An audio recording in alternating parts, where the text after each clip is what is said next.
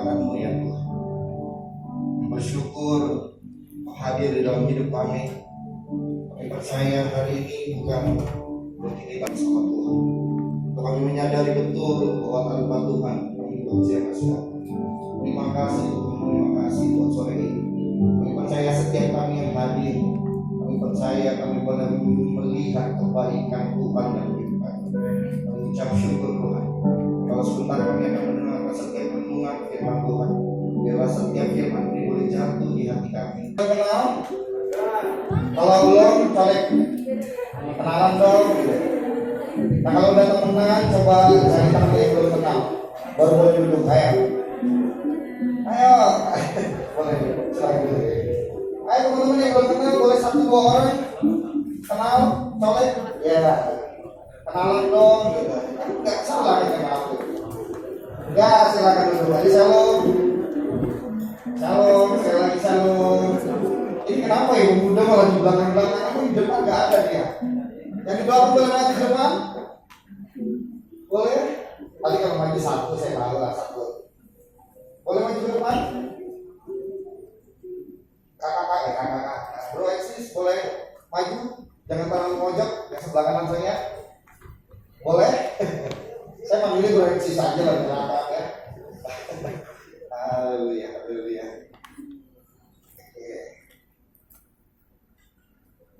Puji Tuhan. Ini nggak ada kondisi depan sini. Di belakang ada sintar keras, bentuknya udah susah payah ya. Saya bilang tadi sintar kerasnya gendut banget, pakai apa ya? Saya bilang, dibungkus ini. Boleh. Saya bilang kalau saya jadi sintar keras nggak perlu pakai bungkus.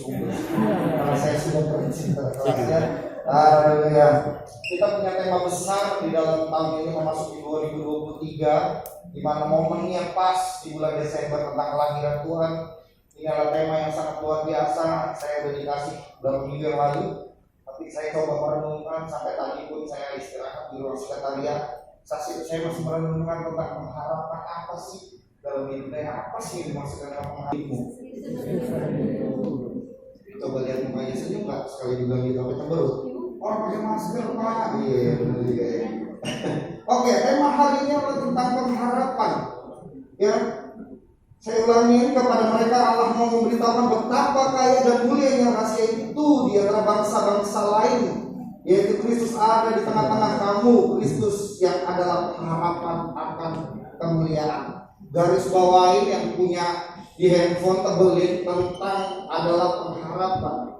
Saya akan membahas sedikit aja, banyak-banyaknya anak muda kepanjangan nanti bosen ya. Tapi ada sebuah hal yang sangat menarik dalam firman ini berbicara tentang pengharapan. Saya kasih tahu sedikit biar kita sama-sama pintar. Di dalam Kolose ini sedang ditulis bagaimana ketika itu keselamatan hanya diberikan kepada bangsa Israel, ya, kepada bangsa pilihan. Tetapi kita berkata Yesus ada di tengah-tengah situ. Artinya Tuhan mau bilang kepada setiap orang bahwa ketika engkau menerima Yesus Kristus Tuhan dan Juru Selamat, maka pengharapan akan keselamatan itu ada. Saya ulangi ya, ketika itu keselamatan hanya ditujukan kepada bangsa Israel, bangsa pilihan. Jadi kita yang di sini nggak masuk dalam kategori. Tetapi yang kita berkata, ketika ada Yesus di tengah-tengah mereka, kita menegaskan disitulah kita menerima pengharapan tentang keselamatan Tuhan. Artinya kehadiran Tuhan di dalam kehidupan teman-teman, bro and sis dan saya itu membawa tujuan yang sangat luar biasa. Tadi saya coba cari tahu tentang bahasa arti nama Yesus itu apa. Ya, kita berkata, saya nyampe dulu dikit ya. Saya agak lupa soalnya di bahasa Ibrani-nya. Oke, saya nyampe dulu catatan saya. Oke. Tadi sambil istirahat siang habis ibadah pagi, saya cari nama Yesus itu apa sih ya? Kata Yesus itu di dalam bahasa Yunani ditulis dengan kata Yehovah, yang artinya adalah keselamatan. Yehovah save, memberi keselamatan. Di dalam bahasa lebih jelasnya ditulis dengan kata soteria. Soteria itu adalah Dia yang menyelamatkan. Jadi teman-teman perhatiin baik-baik di dalam. Amin. Apa sih Kenapa sih kita harus memiliki pengharapan? Itu yang paling penting. Lu ngomong kalau serius Pak. Ya, itu dasarnya dulu. Pertanyaannya, kenapa sih kita harus memiliki pengharapan di dalam Tuhan? Kenapa? Kenapa? Coba buka Yohanes 3 ayat 16. Karena begitu besar, baca belakang, supaya setiap orangnya tidak melainkan. Oke, kenapa kita harus memiliki pengharapan di dalam Tuhan? Karena ketika kita memiliki pengharapan di dalam Tuhan, kita sedang melihat masa depan penuh pengharapan di dalam Tuhan. Alkitab berkata karena begitu besar kasih Allah akan dunia ini, ya, sehingga dia mengaruniakan anak yang tunggal supaya tak kita binasa, tapi kita diselamatkan. Artinya Tuhan mau bilang sama kita semua, ketika kita mengerti kenapa kita harus berharap, karena kita memiliki masa depan di dalam Tuhan. Amin. Pengharapan yang terutama dalam hidup ini, kenapa kita harus punya pengharapan dalam Tuhan? Karena kita tahu masa depan kita hanya di dalam tangan Tuhan, hanya di dalam Kristus. Kalau dulu 5 tahun yang lalu siapa kita? Coba di sini mungkin ada yang sudah berhasil hidupnya. 5 tahun lalu siapa kita? Tapi ketika kita mengambil keputusan untuk percaya sama Tuhan dan memiliki pengharapan, maka kita lihat hari ini hidup kita semakin diberkati Tuhan. Kita dalam perlindungan Tuhan. 4 tahun lalu siapa kita? Masuk dalam masa pandemi. Kalau kita masih berdiri di sini menjadi orang-orang yang tidak masuk dalam golongan COVID dan meninggal dunia, itu karena kasih Tuhan yang begitu besar buat kita. Amin. Kenapa kita harus berharap? Karena di dalam pengharapan akan Kristus kita memiliki masa depan. Amin. Kalau hari ini udah dikit-dikit ngomong ada masa depan suram, aduh, bertobat. Kita harus memiliki pengharapan di dalam Kristus, karena dalam pengharapan kita memiliki masa depan. Amin. Karena hanya Tuhan yang menjamin hidup kita. Mau ada masalah? Aduh.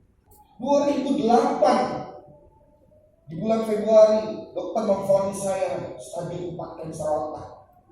Kalau teman-teman bisa umur 23 tahun ketika itu, kalau nggak salah ya, saya tua banget dulu, udah kehitung ya, berarti sekarang gue ya, udah divonis, Bu, anakmu nggak akan hidup, Bu. Persentase kehidupannya hanya minim, Bu, hancur hidupmu rasanya. Kalaupun hidup, anakmu akan buta, akan tuli, akan lumpuh seumur hidup.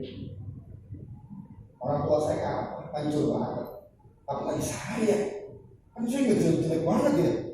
Iya kan? Terus saya harus buta, tuli, lumpuh, gak bisa ngapa-ngapain, hilang semua pengharapan. Tapi saya punya seorang ibu yang mengenalkan Kristus dalam hidup saya. Saya berjumpa dengan pribadi yang namanya Yesus. Maka ketika saya punya pengharapan di dalam Dia, hari depan saya sampai hari yang teman-teman dia dengan saya. Amin. Kalau masa depanmu mau baik, kehidupanmu baik, pekerjaanmu naik, studimu berhasil, taruh laptop keteranganmu hanya pada dalam Tuhan. Gak ada yang lain. Gak ada yang lain. Teman-teman, saya mau cerita sedikit ya. Ketika saya lulus SMA, saya kuliah ditawarin sama papa saya, mau kuliah di mana? Kan biasa gitu ya. Saya nggak jawab tuh. Sampai akhirnya penutupan universitas tuh mau tutup. Baru saya bingung. Wah, mau nggak kuliah nih, bahaya. Saya datang aja ke salah satu universitas yang ada di daerah Kuningan, Jakarta. Saya mendaftar, saya mau ngambil jurusan ekonomi, benar-benar nih teman-teman. Ketika saya isi ujian lulus ranking 1 dapat beasiswa. Pas saya lihat lulus sarjana komputer pun saya daftar. Cuma gara-gara buru-buru lah saya terpaksa ngambil itu. Apalah belajar algoritma ya, Visual Basic kok saya nggak ngerti, JavaScript nggak ngerti.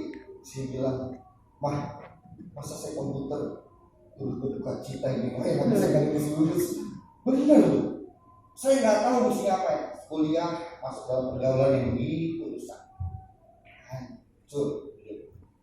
Nah, akhirnya karena kehancuran itulah saya difonis. Teman-teman, kalau teman-teman pernah dengar namanya play evil, itu apa namanya? Bahasa Indonesia play evil? Ini kalau pakai tanduk semua. Itu permainan setan, ya. Permainan setan. Jadi di Jakarta Selatan itu ada komunitas namanya Playful. Usia anak-anaknya 17 tahun sampai 35 tahun. Itu yang dimaksud dengan satanik. Bahasa kerennya sekarang satanik. Dulu namanya Playful. Dan saya adalah ketuanya.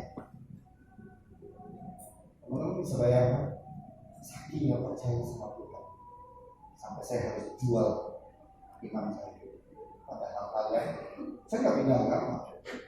KTP saya tetap Kristen, tapi iman saya bukan pada Kristus. Gak ada Hawa sama Ayu, gak ada. Ya, pasangan, jadi jelas. Ya, saya pernah ketemu, saya cerita sedikit nih ya. Saya khotbah di daerah Cibubur. Kebetulan jadwalnya saya tuh 6 bulan diplot, setiap bulan sekali di situ. Bulan pertama saya ketemu sama istri saya, seorang perempuan. Datang ke saya setelah khotbah, dia bilang, Pak, Bapak bilang dalam Yesus ada pengharapan. Umur saya, Pak, udah mau didiskon 75% gak laku-laku, Pak. Saya umurnya berapa? Dibisikin saya. Terkejut. Ya, umurnya 48 tahun. Saya bilang udah jodoh, ya koreksi diri. Dan yang cantik, berpakaian yang rapi, ya, ikutin. Bulan kedua ketemu saya sudah apa yang Bapak bilang. Oke, apa lagi yang saya harus perbuat?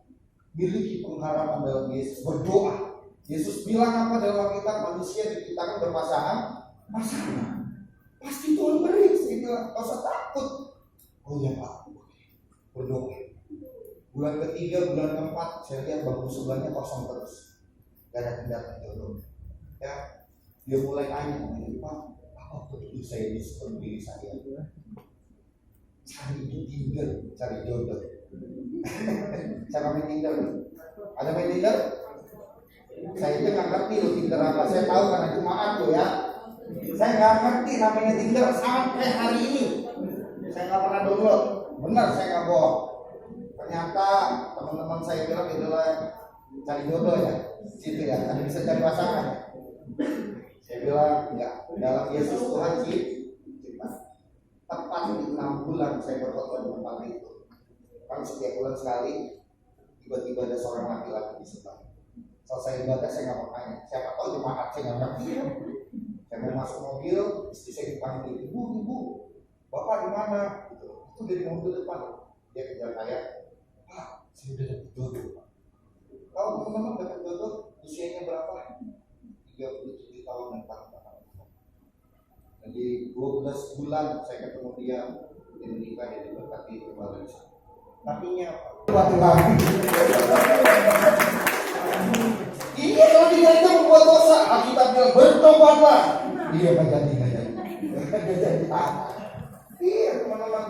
Jadi hari ini Natal lagi ingatkan kita tentang pengharapan. Pengharapan dalam Kristus membawa kita menjadi orang yang taat dalam Tuhan. Kalau taat, stop berbuat dosa. Anak muda, Pak, masih muda Pak, gak jadi dosa. Saya mau bilang, kuduslah kamu sebab Tuhanku. Dosa nggak bisa dilawan. Bilang kiri kanan, dosa nggak bisa bilang kiri kanan, ingetin, dosa jangan dilawan. Tapi dosa bisa ditolak.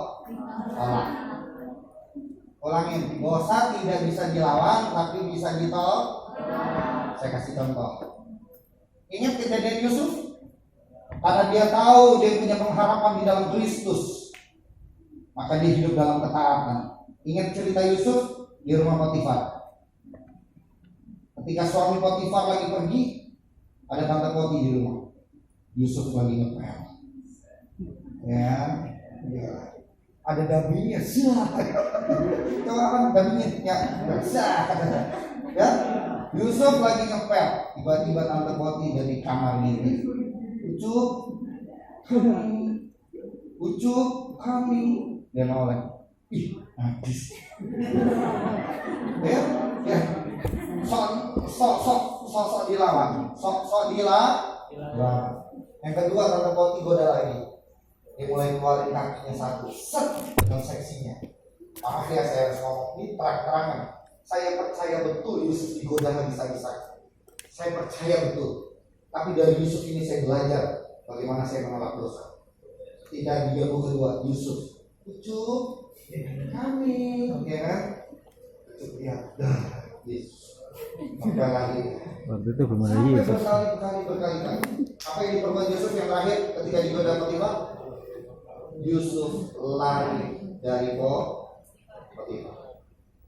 Artinya Tuhan mau kasih tahu, dosa hanya bisa ditolak, nggak bisa dilawan. Darah Yesus, aku tolak dosa, tapi kamu di situ terus. Ini nggak pakai. Darah Yesus, aku tolak dosa, tapi kamu berdiri di tempat dosa itu. Itu usaha terus. Ya, sekali lagi saya mau ingetin sebagai teman-teman Lorensis, kalau kita punya pengharapan dalam Yesus, kita harus belajar di dalam ketaatan bersama dengan Tuhan. Hidup dalam pertobatan, hidup benar dan lulus kepada Tuhan. Amin. Yang terakhir, yang ketiga. Kenapa kita hidup begitu? Ya. Kenapa Bel? Gendut ya. Sama kita. Saya baru sadar. Kenapa? Besti loh. Ya, kenapa kita harus berharap? Karena di dalam pengharapan ada kasih Tuhan dalam hidup ini. Nggak ada lagi kita jadi anak yang melawan orang tua. Nggak ada lagi tuh kita jadi anak yang baper-baperan sesama teman, sesama pelayan Tuhan. Nggak ada lagi tuh yang begitu. Kenapa? Ada kasih Tuhan di dalam hidup ini. Ada kasih Tuhan. Orang mau buat apa buat teman-teman? Oke. Karena kasih Tuhan lebih besar daripada kejahatan orang. Amin. Mau orang tuamu mengecewakanmu, nggak ada lagi tuh kamu sakit hati dan kecewa. Yesus